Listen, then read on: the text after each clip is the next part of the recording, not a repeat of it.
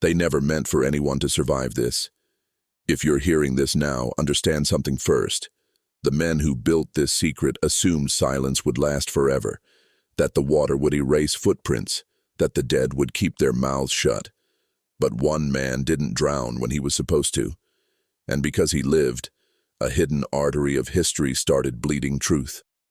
Picture the coast of South Carolina at night. No lighthouses, no patrols. Just marshland breathing in the dark, tides rising and falling like a slow, deliberate heartbeat. For decades, ships slipped in through places that never existed on maps. No names, no records, no customs logs. The law said the slave trade was dead. The shoreline said otherwise. This wasn't chaos, it was design. Between 1823 and the brink of the Civil War, a quiet system operated here, efficient, invisible, protected by geography and human agreement. Thousands of men, women, and children arrived through these hidden coves after the trade was abolished. Officially, it couldn't happen. In reality, it never stopped. It just went underground. The unsettling part isn't the ships, it's the town, a small inland community. Church bells on Sunday, patriotic speeches every 4th of July, children learning their letters, men shaking hands, trading goods, building lives, and 4 miles away, in the dark, human cargo was being unloaded like contraband whiskey. Everyone knew. That's the secret. Not whispered knowledge, shared understanding. Silence wasn't enforced with threats at first. It was purchased with comfort. Prosperity has a way of numbing the conscience. The marshes were perfect for this kind of crime. They shift, they confuse. Channels vanish at low tide and reappear at high. Only locals knew how to move through them without grounding a ship. To outsiders, the land looked empty. To those who grew up there, it was a labyrinth with hidden doors, and hidden doors attract hidden men. The operation had rules. Landings only during narrow tidal windows, ships anchored miles offshore, cargo transferred by smaller boats. By dawn, nothing remained. No witnesses, no bodies, no paper trail, just money changing hands inland and a town growing quietly richer. Then, one night in June 1861, something went wrong. 23 people were taken back to that same cove, shackled, marched onto a mudflat at low tide, left there as the water came in. 22 died exactly as planned. 1 didn't, and that survivor would become the most dangerous thing this system ever faced. Living memory. His name barely exists in history. 1 courthouse document, 1 sealed testimony, no monument, no portrait, just words buried for 73 years because what he described was too revealing to release while the men involved or their sons were still alive. He said the tide was already turning when they were marched out. The mudflat looked solid at first. Gray, wide, quiet. But mud like that is a liar. Each step pulls at you. Each breath tastes like salt and rot. They were shackled in pairs, iron biting into skin already weakened by years of forced labor. No explanation was given, none was needed. Everyone there understood the rule of power. Evidence must disappear. This wasn't rage. It wasn't cruelty for cruelty's sake. It was administrative murder. The men overseeing it didn't shout. They didn't hurry. They had done things like this before. They knew the tide charts. They knew exactly how long it would take before the water reached the knees, the waist, the chest. They left lanterns on the shore so they could watch, so they could be certain. 22 men drowned in silence or prayer or screaming. History doesn't record which. 1 survived because the mud gave way differently beneath him, because panic turned into instinct, because the chain linking him to the man beside him snapped when the other went under. He clawed, not toward land but sideways, into deeper mud where the water rose slower. He buried his face in a pocket of air formed by chance and terror and refused to die when death was scheduled. By morning, he was gone. And here's the part they didn't anticipate. He remembered everything, not just the night. The system, the roots, the names spoken casually by men who thought themselves untouchable. He remembered the wagons, the false floors, the merchants who sold chains and asked no questions, the doctor who treated fresh scars and never asked where they came from, the preacher who preached obedience within walking distance of a crime scene. When he finally spoke years later, his testimony wasn't explosive because it was graphic. It was explosive because it was ordinary. He described evil as routine, as community, as cooperation, and that is always the most dangerous truth of all, because monsters you can fight. But systems convince good men to do nothing and call it virtue. To understand how this could exist for 40 years, you have to let go of the idea that secrecy requires darkness. The most effective secrets live in plain sight. They hide behind routine, behind respectability, behind the comforting illusion that if something were truly evil, someone would have stopped it. The port had no name on any map, but everyone nearby knew where it was. Fishermen avoided it at night. Hunters didn't camp near it. Wagons were seen moving before dawn on certain mornings, their wheels wrapped in cloth to mute the sound. Horses were shod quietly by a blacksmith who never asked why so many nails were needed at once. Supplies, rope, canvas, chains, were purchased in cash. No receipts, no ledgers, just understanding. This wasn't a conspiracy fueled by fear, it was sustained by incentives. Each man in the chain told himself a smaller lie than the one before. The merchant said, "I just sell goods." The wagon driver said, "I just haul cargo." The overseer said, "I just follow orders." The planter said, "I didn't capture them." The town said nothing at all, and silence became its own language. That's how corruption survives generations. The survivor explained that this port wasn't just a landing point. It was a filter. New arrivals were sorted, redistributed, absorbed into plantations miles inland. Within months, they were indistinguishable from those who had been enslaved for decades. Different origin, same fate. And once that happened, exposure became almost impossible. Who could prove who arrived illegally? Who would benefit from asking? Then the war came. And war has a way of making men clean house. Union blockades tightened along the coast. Federal eyes turned southward. The risk calculus changed. What had once been manageable became dangerous. Meetings were held behind closed doors. Voices were lowered. Decisions were made without ink or paper. The port would be erased. But erasing a place is easy. Erasing people is harder. The newest arrivals were the weak link. They spoke less English. They remembered too much. They hadn't been fully absorbed into the system yet, and systems under threat always turn on their most vulnerable components first. So a solution was chosen. Quiet, efficient, final. The survivor said the men involved didn't see themselves as killers. They saw themselves as caretakers of stability, protectors of a way of life. They believed history would thank them for what they were about to do. After the drowning, the port didn't close overnight. That's the detail that unsettles historians the most. It slowed. Fewer landings, longer gaps, more caution.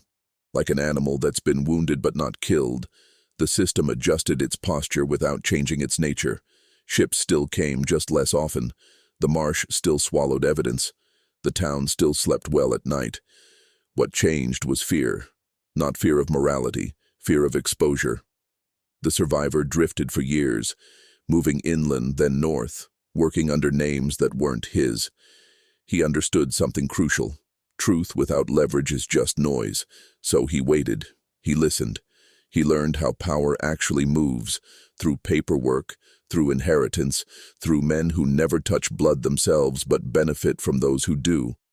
When he finally spoke, it wasn't to a newspaper. It wasn't to a preacher. It was to a federal clerk who had lost 2 brothers in the war and had no patience left for Southern legends about honor. The testimony was meticulous. Dates, tides, moon phases, distances between landmarks only locals would know. Names spoken casually by men who assumed no one worth listening to was nearby. It read less like an accusation and more like a shipping manifest of guilt. And that's why it was sealed. Because opening it would not have implicated a handful of criminals.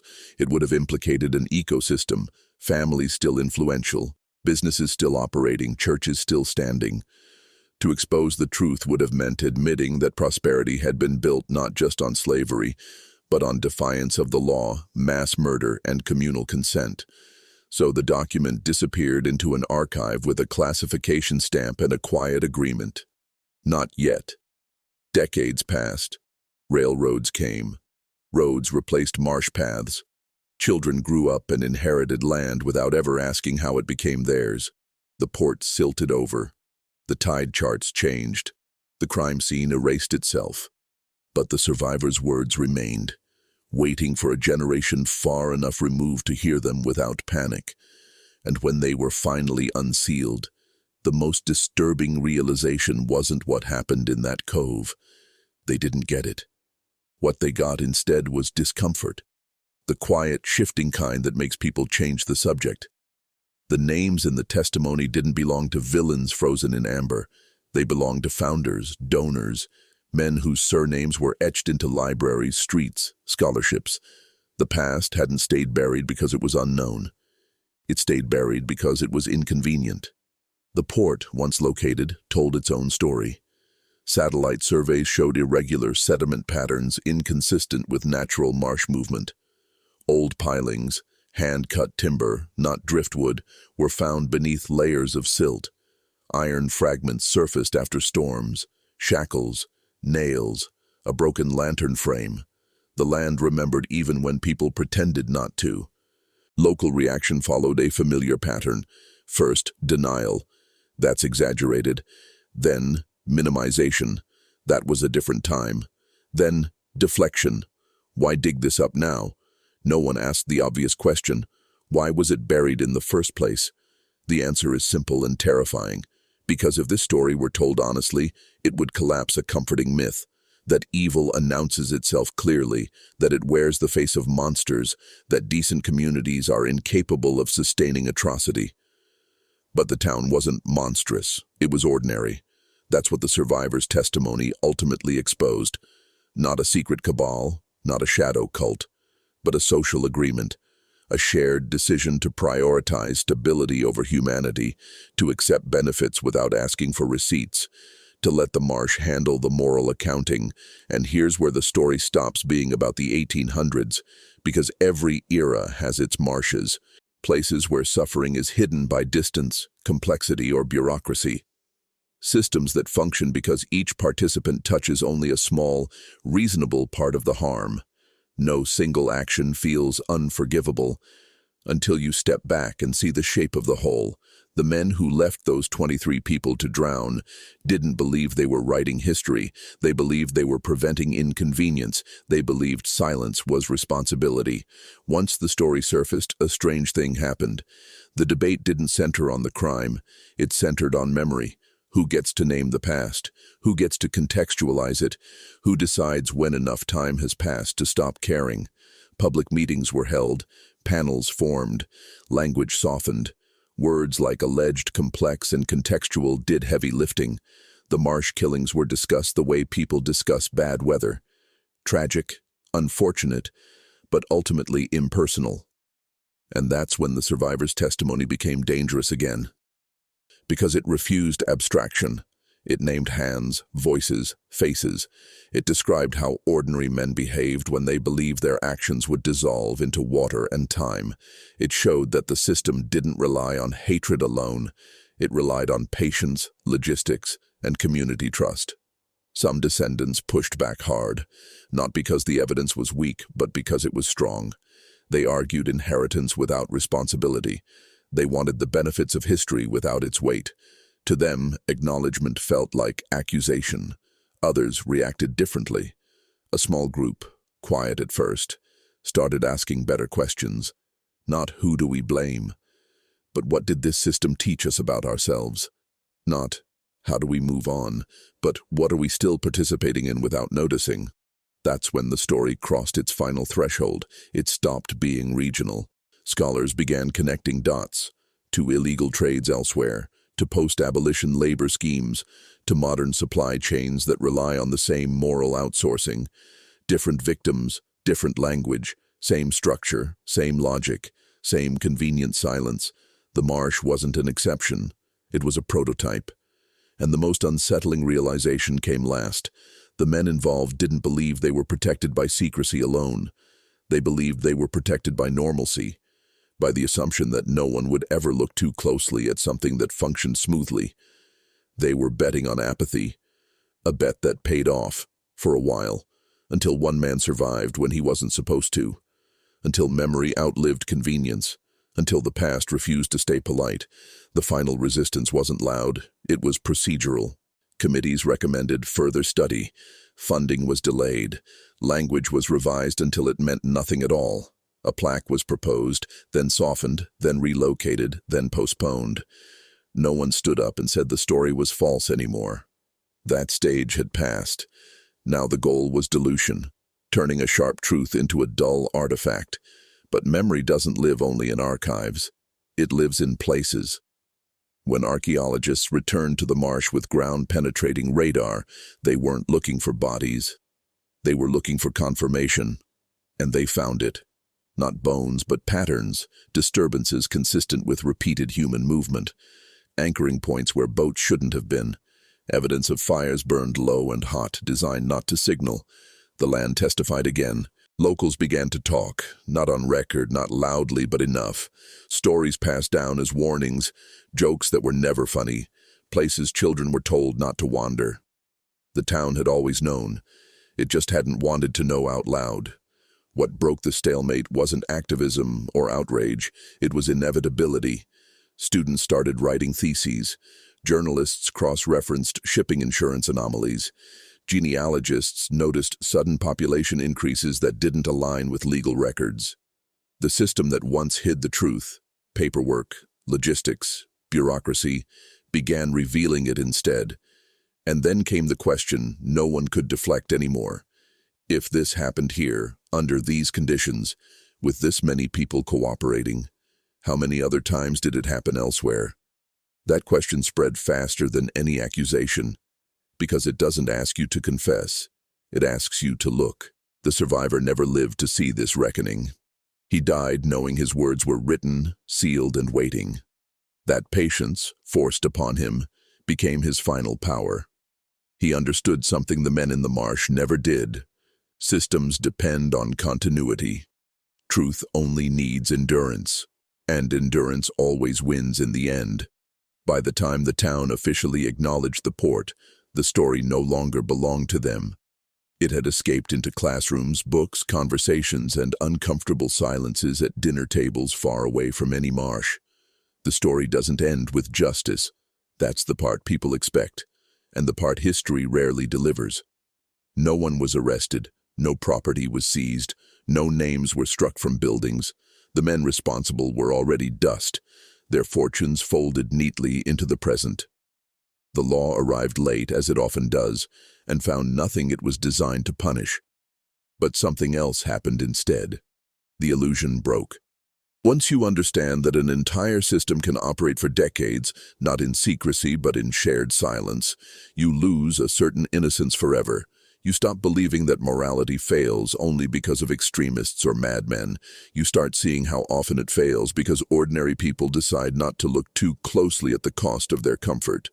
That's the survivor's real legacy, not the names he recorded, not the port he exposed, but the pattern he revealed. A pattern where legality and legitimacy drift apart, where laws exist on paper while violations thrive in practice, where communities tell themselves stories about who they are and punish anyone who complicates the narrative. The marsh is quiet now. Birds nest where boats once waited. The tide still comes in and goes out, indifferent to human memory. If you didn't know what happened there, it would look like nothing more than land and water negotiating their endless truce, but knowing changes the landscape. Because once a place is named for what it held, it can't fully return to innocence. The same is true for institutions, for industries, for nations. The men who committed those murders believed time was their ally. That history would smooth their actions into anonymity. They were half right. Time did smooth the surface. What they didn't account for was friction, the friction of one man surviving, the friction of records outlasting reputations, the friction of future generations asking better questions than their ancestors ever did. And that's where this story leaves us, not with closure, but with responsibility. Because the real question isn't what they did back then, it's what we accept now, quietly, efficiently, together. Every era has its marsh. Every system has its silence, and every truth waits for as long as it has to, for someone to decide it's time to listen. Years later, someone placed a small marker near the marsh. Not stone, not marble, just weathered wood left low to the ground where the tide couldn't quite reach it. No names were carved, no dates. Only a single line. This place remembers. Most people who pass it don't stop. Some never notice it at all. It doesn't announce itself and it doesn't explain. It simply exists, like the truth did for so long, waiting without demanding attention. And that feels right. Because this story was never about recognition. It was about interruption. One life that refused to end on schedule. One memory that outlived a system built on forgetting. One fracture small enough to ignore until it wasn't. The survivor didn't dismantle the machine. He didn't bring justice in the way stories like to promise. What he did was quieter and far more dangerous. He proved that silence isn't natural. It's maintained, and anything maintained can fail. That's how systems actually collapse. Not all at once, but when enough people realize they were never as solid as they pretended to be. The marsh still breathes. The tide still moves. The town still functions. Life goes on, as it always does. But something fundamental has shifted. The ground is no longer neutral. The past is no longer abstract. The story can't be sealed again. And maybe that's the closest thing to an ending history ever allows. Not redemption, not punishment, but awareness. Because once you see how easily ordinary people can participate in extraordinary harm, you gain a choice they never acknowledged having. You can look away, or you can look directly at the systems you benefit from and ask what they require in return. The men in the marsh chose comfort. The survivor chose memory. Now the choice belongs to whoever hears this story next. And this time, no tide is coming to erase the answer.